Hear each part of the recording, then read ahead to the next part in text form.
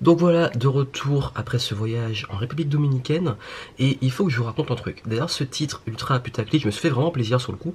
Je vais vous raconter une expérience qui m'est arrivée à l'aéroport, et je crois que c'est la pire expérience d'aéroport de ma vie. Il m'arrive toujours des trucs de dingue en voyage. Il faut absolument que je vous en parle.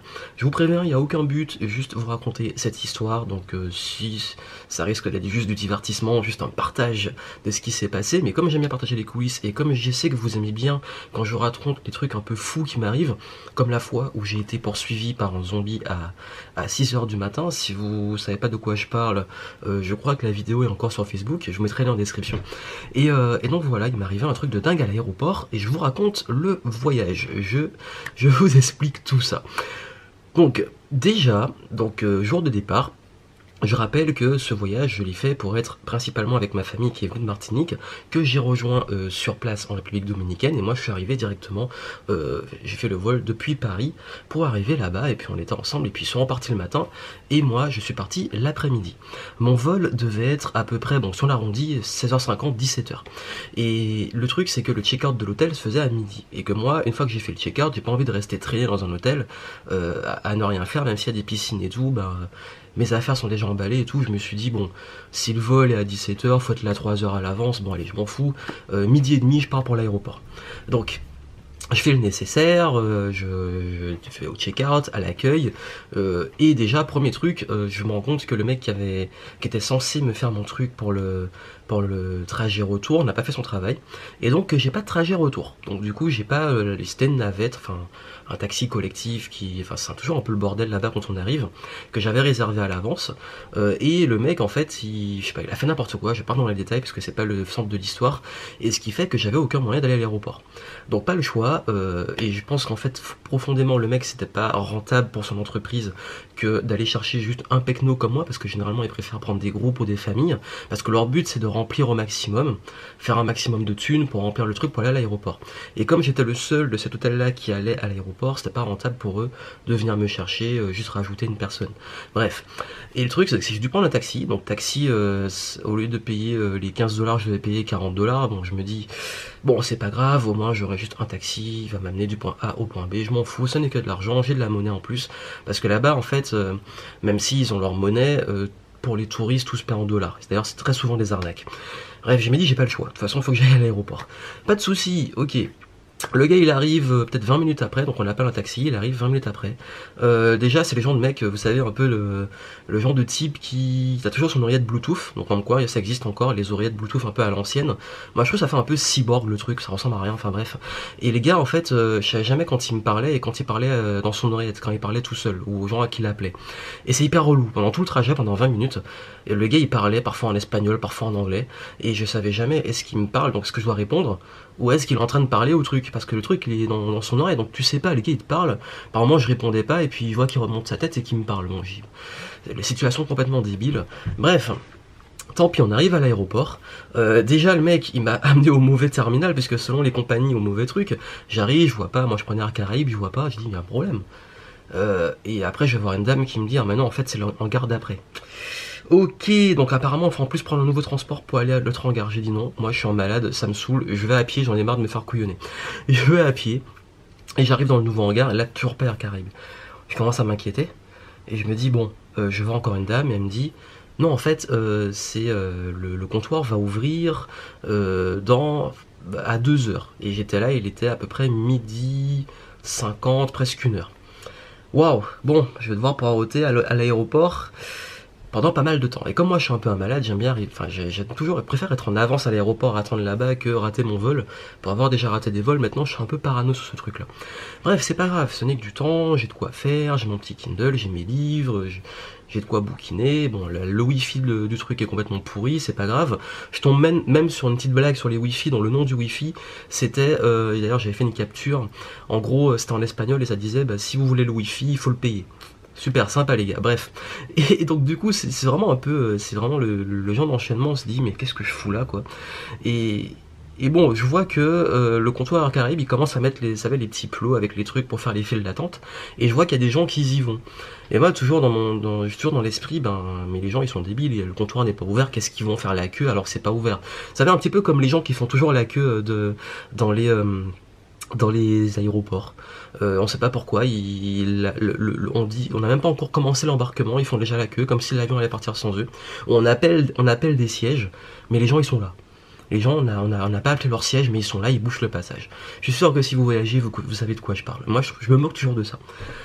Mais étant sur le coup un peu mouton, parce que finalement on se fait toujours un peu embarquer dans cette moutonnerie, qu'est-ce qui se passe? C'est que je vois qu'il commence à avoir plus de monde. Et là je me dis non, ça fait 1 heure que je suis là, le comptoir n'est pas encore ouvert, et les gens ils font la queue, j'ai pas envie d'avoir attendu et de faire la queue. Je suis devant, bon, que je sois dans la file d'attente ou que je sois assis devant le truc, j'y vais.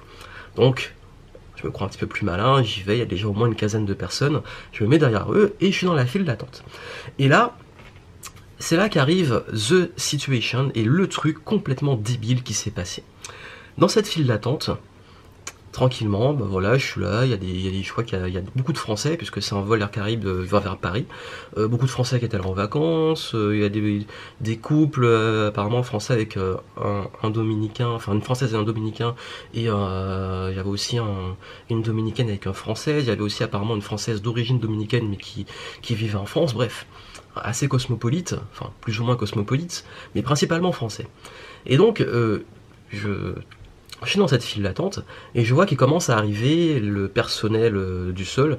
Mais Air Caraïbes, c'est pas les employés Air Caraïbes qui sont là, c'est les employés dominicains qui, je pense, qui sous-traitent de l'aéroport. Et apparemment, il y avait des stagiaires. Et donc, ces fameux stagiaires étaient là, étaient en formation. Et donc, c'est ça qui a fait qu'on a perdu beaucoup de temps encore dans la file d'attente. Et donc qui dit stagiaire dit à chaque fois qu'ils font un truc, il faut leur expliquer, ça prend plus de temps pour l'embarquement, et là je me dis bon j'ai bien fait d'aller dans la file d'attente parce que ça va prendre du temps, mais en plus je me dis putain j'ai déjà attendu, ça fait 2 heures qu'on est là, moi si vous me connaissez j'aime pas perdre mon temps, et bon je me dis c'est pas grave, bon de toute façon il faut bien qu'on les forme un jour. Et bien entendu, étant dans une file, et moi-même étant en train de commencer à mettre des pensées comme ça, et étant dans une file d'attente avec principalement des Français et des francophones, ça râle, ça commence à râler, oh, c'est long, on attend, etc. Ça met déjà une énergie pas très agréable. Et là arrive le moment fatidique où il y a un mec qui débarque. Donc cet individu, de type, peut-être la même type que moi, peut-être plus âgé, avec une barbe mais assez propre, assez rasée, cheveux courts, je vois qu'il demande aux gens devant moi les passeports. Et donc je le vois en train de demander les passeports. Il y avait peut-être une dizaine, une quinzaine de personnes devant moi, enfin souvent il y avait beaucoup de familles. Et il prend leur passeport, et il regarde, et puis il leur redonne, il prend les passeports, mais je me dis mais depuis quand on contrôle les passeports? Enfin je dis il fait un prix de check-in pour aller plus vite, depuis quand on contrôle les passeports au dépôt bagages? Parce que vraiment, enfin, d'accord on les contrôle quand tu passes la douane, ou à la limite quand tu arrives pour déposer ton bagage, mais là dans la file d'attente c'est bizarre. Donc là, le gars il passe, et puis il arrive à moi, il me demande mon passeport. Donc je lui donne mon passeport, il est dans sa petite pochette et tout, je lui donne mon passeport. Et je précise bien que j'ai un passeport français. Je lui donne mon passeport, là le gars il ouvre, et puis voilà, je regarde, il regarde, et puis comme d'habitude, jamais de problème, je m'attends à ce qu'il me le remette. Et là je vois qu'il reste longtemps sur mon truc, il commence à le feuilleter, il feuille, il regarde tous les tampons que j'ai, parce que moi j'ai pas mal de tampons de voyage, comme vous pouvez le voir, là, encore là, et ici, là encore, là il y a un visa américain, parce que j'avais un visa d'études américain, il y a aussi un visa canadien, bref. Tout ça, il commence à contrôler tout ça. Et je me dis, mais qu'est-ce qu'il fout? Et du coup, bah, moi étant quelqu'un qui n'aime pas l'intrusion et qui suis généralement assez impatient, je lui dis, mais il y a un problème, enfin, qu'est-ce qui se passe? Et là, il fait le coup, il se croit dans NCIS, le mec. Il prend le passeport et puis il me regarde. Et vous savez, un petit peu en mode, en vrai, la photo. Puis il essaie de regarder, tu vois. Et je sens qu'il y a un problème. Et je me dis, mais what the fuck? Qu'est-ce qu'il est en train de me faire, le mec là? Et le gars, il insiste. Et il me dit, c'est votre nom? Donc déjà, il commence à bugger sur mon nom. Donc je me dis, un nom chinois, ma tête, peut-être ok. Et il me dit, vous habitez où? Je lui dis, je vis en France. Oui, mais pourquoi là c'est où votre domicile? Parce qu'en fait mon domicile sur mon passeport il est en Martinique, parce que j'ai fait le passeport en 2008, j'ai dû faire en Martinique à l'adresse de mes parents. Et le mec il continue à soupçonner, il pose plein de questions. Ok, mais il répète la même question. Et je me dis mais tu crois que je suis en train de mentir ou quoi? Je vais en France. Il voit en plus qu'il y a le tampon, je suis arrivé de France et je repars en France. Ce qui est logique, j'habite en France. Et je commence à lui expliquer, la Martinique est un département français, et du coup, je suis d'origine de Martinique, j'habite en France, mais quand j'ai fait le passeport, j'habitais encore en Martinique, chez mes parents. Et le mec, il commence à bugger complètement. Qu'est-ce qu'il fait? Il recommence, et il regarde le passeport et la photo, et il recommence son truc de NCIS, là, je crois qu'il se prend pour un détective, ou je sais pas, pour le FBI, je sais pas. C'est ça, en fait, souvent un peu le genre de mec qui a raté sa vocation et qui a fini à travailler à l'aéroport. Et les gars, il insiste sur la photo, tu vois, et puis il me dit ne bougez pas. Et puis à un moment, je fais ça, puis il me dit tournez-vous, ne souriez pas. En fait, je commençais à trouver ça tellement absurde que je commençais à avoir le petit sourire de t'es con, mec. Et du coup, je faisais un petit peu les yeux du gars saoulé. Et il continue, il dit fixez-moi et tout, il continue. Et là, en fait, je commence à dire bon, c'est bon, regardez ma photo, enfin, je sais pas, la photo, bon, ok, j'étais un petit peu plus joufflu, j'avais les cheveux courts, donc j'avais les cheveux plaqués, mais on voit que c'est les mêmes sourcils, j'ai exactement les mêmes sourcils, j'ai le même nez, j'ai la même bouche, c'est moi.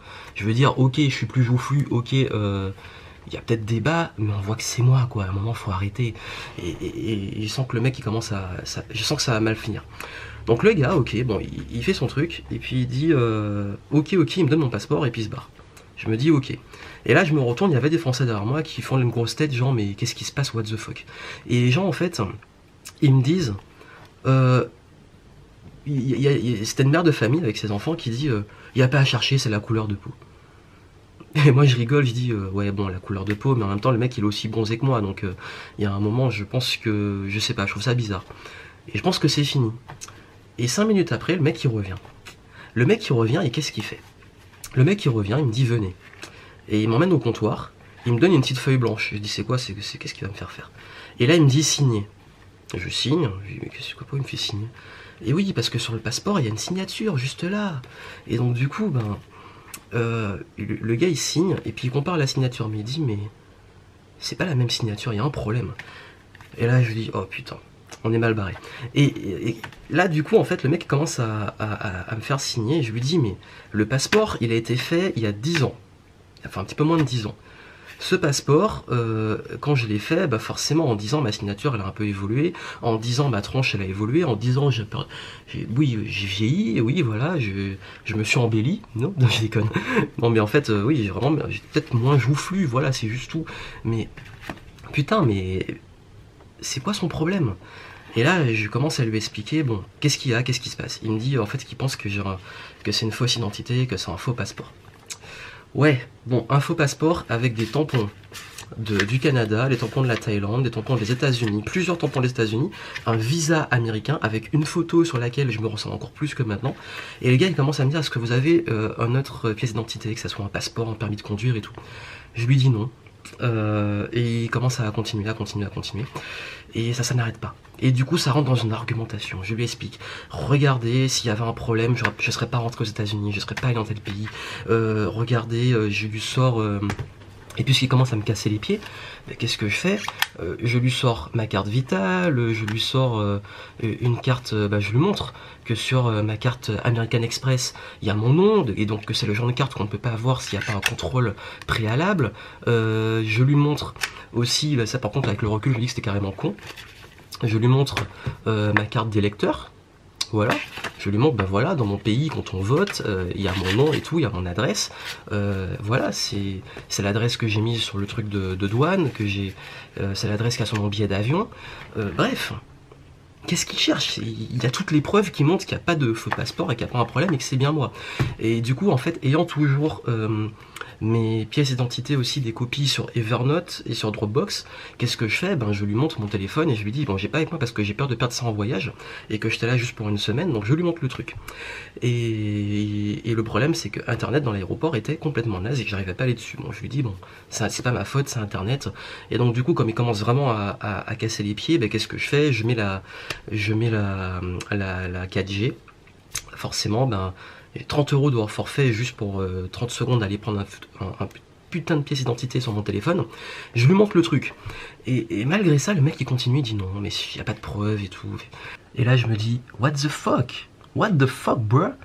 soit le mec a des gros problèmes de vue, soit il a une mauvaise foi, mais monumentale. On est à, je sais pas, à 15 sur 10 sur l'échelle de la mauvaise foi. Tellement le mec, c'est... Ou alors il me cherche à peut-être me soutirer de l'argent. Je sais pas trop. Et là, je sens que c'est de la mauvaise foi et je sens qu'en fait, le mec, il cherche. Et là, il me dit, veuillez me suivre. Là, je dis non, je bouge pas. Je lui dis, si vous devez faire un truc, vous le faites devant tout le monde, je ne vais nulle part avec vous. Parce que, vous savez, je suis un peu parano, je pense aux films, là, où les gens, on les emmène derrière, et puis on les torture, on les soutire de l'argent pour les laisser partir. J'ai dit, en République Dominicaine, je connais pas ce pays, je parle pas bien espagnol, je sais pas qu'est-ce qui se passe, je ne bouge pas. Je reste là. Si vous avez à faire un truc, vous appelez un supérieur, vous appelez... En plus, voilà, je lâchais pas le truc. J'ai dit non, je vais nulle part avec vous. Et là, le gars, il continue, donc en argumentation, mais qui sert à rien, puisque le gars, il a décidé que, voilà, c'était de la mauvaise foi et tout. Et comment ça finit? Ben finalement, comme j'ai pas lâché le morceau et que je lui ai montré mon visa américain, j'ai dit bon, il me dit bon recommencez, il veut me faire signer. Là j'ai dit c'est bon, je signe plus rien, on arrête les conneries. Soit vous faites un truc sérieux et vous m'expliquez ce qui se passe, soit vous arrêtez. Et finalement ben, il a arrêté parce que j'ai pas lâché le morceau. Et du coup en fait, comme j'ai pas lâché, comme j'ai montré ma bonne foi et qu'en plus je crois que c'est surtout le fait qu'il a vu qu'il y avait vraiment, je crois que le truc qui m'a vraiment sauvé c'est ça. C'est le truc des États-Unis parce que c'est le truc sur lequel il allait le plus et c'est le truc sur lequel il buguait le plus. Et quand il a vu que c'était le même nom, qu'il a vu que voilà, c'est pas un fake truc et que s'il y avait en plus les tampons à côté, il s'est dit bon, si le mec est rentré aux États-Unis, voilà. Mais en même temps, il s'est dit que s'il essayait de me bullshiter pour me soutirer de l'argent, peut-être, hein, dans l'hypothèse, que voilà, il a pioché la mauvaise personne. Et ça a fini comme ça, et j'ai dû perdre une bonne demi-heure, mais une demi-heure c'est long quand on est dans l'argumentation, dans la perte de temps, surtout qu'il m'a affiché devant tout le monde, et les gens me regardaient, ils disaient mais ça se trouve le mec, ça... Et je comprends pas en fait, parce que moi j'aime bien rationaliser, je me dis est-ce que c'est parce qu'il pense que je suis un immigré illégal qui veut quitter les pays, mais en même temps parce que j'ai une tête de dominicain peut-être, mais en même temps c'est pas logique, c'est plutôt la France qui devrait s'inquiéter et pas la République dominicaine. Est-ce qu'il pense que je suis francophone haïtien qui essaie de rentrer en République dominicaine? Je me fais des scénarios, je me dis mais c'est pas possible, qu'est-ce qui... Ou alors, scénario le plus plausible, peut-être que, et avec le recul, j'ai demandé ça à plein de personnes, on en est parlé, j'ai fait un post sur Facebook, et il y a plein de gens qui m'ont dit qu'ils ont vécu la même chose. Et qu'apparemment, en République dominicaine, c'est courant, dès que la photo du passeport est un petit peu différente, même de rien, les gars ils t'emmerdent. Et que souvent c'est arrivé aux Antilles, mon père qui m'a raconté, et puis d'autres personnes qui m'ont raconté, qui sont restés coincés, et que les gars en fait leur demandaient de l'argent pour les relâcher. Et là j'ai dit ouais, putain. Donc si vous allez en République Dominicaine et qu'on vous contrôle, faites super attention. Et donc bilan de l'histoire, il n'y en a pas, bah voilà, c'était l'anecdote. Finalement, bah en fait, après je suis passé, j'ai passé le contrôle de sécurité qui était très en mode YOLO freestyle. C'est pourquoi? Parce qu'en fait les gars, les paniers là, vous savez, bah, ils sont à terre, donc tu prends ton panier. Et comme moi j'aime gagner du temps, bah, je mets les paniers à terre, je retire ceinture, tout ça. Ils t'en font enlever les chaussures, mettre ça dans le panier, c'est complètement dégueulasse. T'as pas de truc, si t'as pas de chaussettes, bah, t'es pieds nus, tu marches à terre, donc bonjour l'hygiène. Contrôle de police complètement freestyle YOLO, pas de problème d'ailleurs, mon passeport ils ont pas eu de problème. Et bon finalement le vol a eu 2h30 de retard. À une demi-heure près, c'était bon, j'avais les indemnités parce que c'est 3 heures pour être indemnisé, bon, 2h30. Bon timing les gars, bravo Air Caraïbes. Et donc j'ai attendu longtemps, j'ai jamais passé autant de temps dans un aérogare je crois. Sauf les fois où il y a eu des vols annulés, il y a très longtemps, où je suis resté 6-7 heures dedans. Et puis ben voilà. Et finalement en fait, anecdote, dernier truc, juste avant d'aller dans l'avion, juste au moment où je passe le truc, ou avec le billet et tout, je croise le gars, avec un autre douanier, un chien, je me dis putain... Faut pas qu'il me fasse chier là parce que s'il me fait chier là et si les gars en fait ces mecs là s'ils veulent t'emmerder ils t'emmerdent et trouvent un truc. J'ai dit bon et finalement je passe devant lui, je le capte pas, je vois qu'il m'arrête pas, j'ai dit ouf c'est bon. Une fois dans l'avion, yes je rentre et je suis là et je suis retourné. Donc voilà ce qui m'est arrivé et oui pas facile d'avoir une vie avec un nom chinois à ma tronche et bref et je pense que peut-être je sais pas, il n'y a pas d'explication ou qu'est-ce qui a fait que j'ai fait que ça fonctionnait. Bon, j'avoue que j'ai beaucoup gardé mon sang-froid et que j'ai un peu décroché à la fin. Je commençais à m'énerver, à être agacé. Mais bon, c'est... Voilà, je pense que je passe pas pour me positionner en victime, c'est pas pour machin, ça arrive. Hein, et moi j'ai l'habitude, hein, en France, je me fais souvent contrôler au niveau de l'identité. Et c'est ça qu'on... Je sais pas, j'ai même pas cherché une question de couleur de peau et tout parce que j'aime pas me victimiser par rapport à ça. Mais peut-être juste que je dois avoir une tête... D'ailleurs, le truc, c'est que moi, les vigiles m'aiment pas. Les vigiles, les flics et tout ça, ils aiment pas ma tête. Pourquoi, je ne sais pas, bon. Voilà, et peut-être il y a des gueules en fait, je pense qu'il y a des têtes qui reviennent pas à certains, et je crois que c'est peut-être dans la nature, hein. Bref, donc voilà pour l'anecdote, je suis bien rentré, donc ça servait absolument à rien, mais je voulais vous le raconter. Et je sais que vous aimez bien les histoires un peu comme ça, donc voilà. Vous me direz, vous, ce que vous en pensez, si ça vous est déjà arrivé, et je sais pas, et puis si vous allez dans ces pays-là, bah, faites gaffe. Bilan du voyage, pas trop mal, mais franchement, à y retourner, c'est hyper touristique, c'est pas mon délire, je voulais juste être avec ma famille. On connaissait pas, on a voulu découvrir, on l'a découvert, mais bon. Pour moi, je découvre pas un pays en restant dans un gros complexe hôtelier, et puis autour c'était carrément ghetto, donc c'est pas là que tu vas vraiment visiter et tout. Voilà, c'est pas vraiment une immersion, donc je peux pas vraiment juger du pays, mais le peu que j'ai eu, c'est très... Il y a beaucoup de corruption de ce que j'ai compris, il y a peut-être les bons côtés, mais hélas, le moment où j'étais pas dans la partie hôtel et de ces parties-là, que ça soit l'arnaque un peu au taxi, l'arnaque un peu à l'aéroport et tout, ça semble être un peu chaud. Après, je ne peux pas juger, juste avec ça. Donc voilà, donc je vous dis à très bientôt, et puis suivez mes prochaines aventures, prochaines vidéos, et puis on va reprendre des vidéos un peu plus conseils et moins 3615 ma life. À très vite.